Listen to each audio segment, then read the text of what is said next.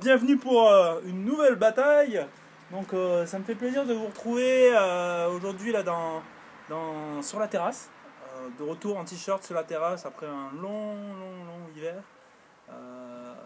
Donc on va pouvoir refaire des dégustations sur la terrasse en t-shirt. Et là pour l'occasion j'ai à vous présenter une bière de guerre, la bière la Waterloo. Donc j'ai la blonde et la brune à vous présenter. Donc Waterloo, d'où ça vient? Ça vient tout simplement de la bataille de Waterloo, donc en 1815. Le nom vient de là. Et c'est une brasserie qui a fermé en 1971 et qui a rouvert en 2004.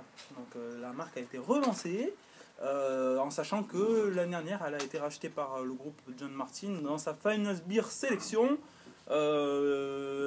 tout simplement aussi en prévision d'un grand événement l'année prochaine, le retour de la bataille de Waterloo avec le bicentenaire. Donc je vais commencer par vous présenter la triple, donc la Waterloo triple, donc la Waterloo 7 et titre à 7,5 d'alcool.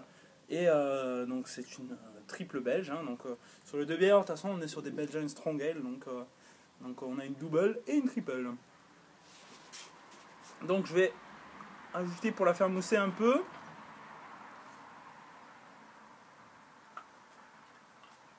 Alors on peut voir que sur cette bière on a des des micro-bulles en fait, il y en a deux partout dans le verre.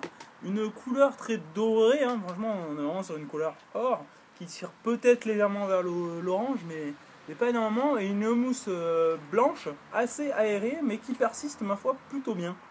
Donc on a à la fois des grosses bulles dans cette mousse, mais elle persiste bien. En tout cas c'est une bière qui est vraiment très sexy, hein. On va la sentir, hein.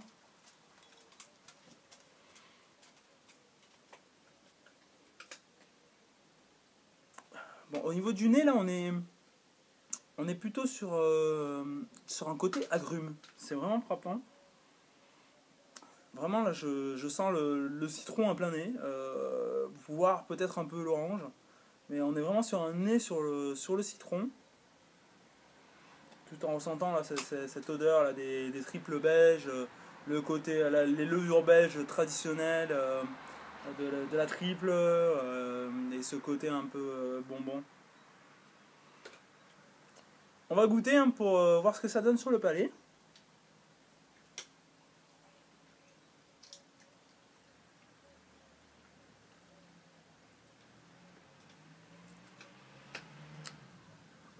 Alors comme pour une triple, elle mélange à la fois légèreté et un petit peu et pas mal de consistance. Finalement, elle roule pas énormément sur le palais, cette blonde. Elle est un petit peu légèrement liquoreuse, hein. Elle pétille pas peut-être autant qu'on le pensait. Par contre, j'ai eu du mal à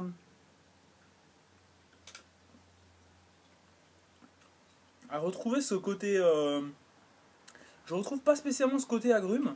En revanche, je sens bien le côté bonbon de cette bière, le côté sweetie. Donc comme sur une triple. Et on finit quand même sur une bonne amertume, ça sèche bien sur la fin. Donc c'est pas désagréable à ce niveau-là. Bon, écoutez, on va goûter la seconde.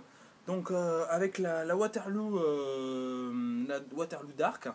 Donc je vais la resservir pour pouvoir la faire mousser un peu. Donc déjà au niveau de la couleur, hein, vous pouvez voir, c'est d'un marron profond, hein, en bas du verre, comme il y a un peu de lumière qui passe.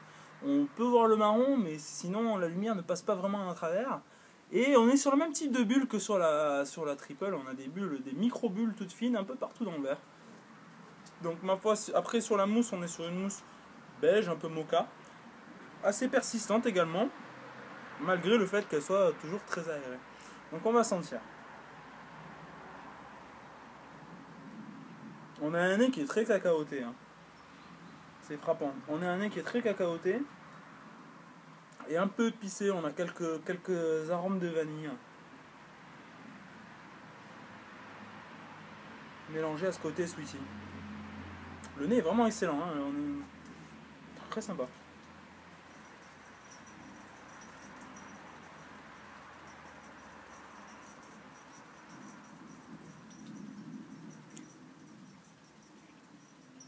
On a une très très belle consistance, elle roule bien sur le palais. Un beau corps, comme sur une bonne double. Elle est mi-longue en bouche. On finit sur une légère acidité. Et après, au niveau des saveurs, on est vraiment sur ce côté cacao là qui m'avait interpellé au nez.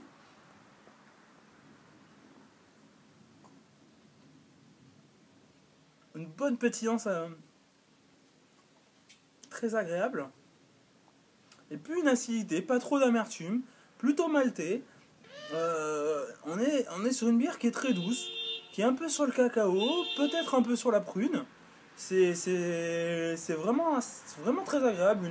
Une bonne double qui cogne pas trop, justement, avec ses 8,5 d'alcool, mais qui est franchement sympathique.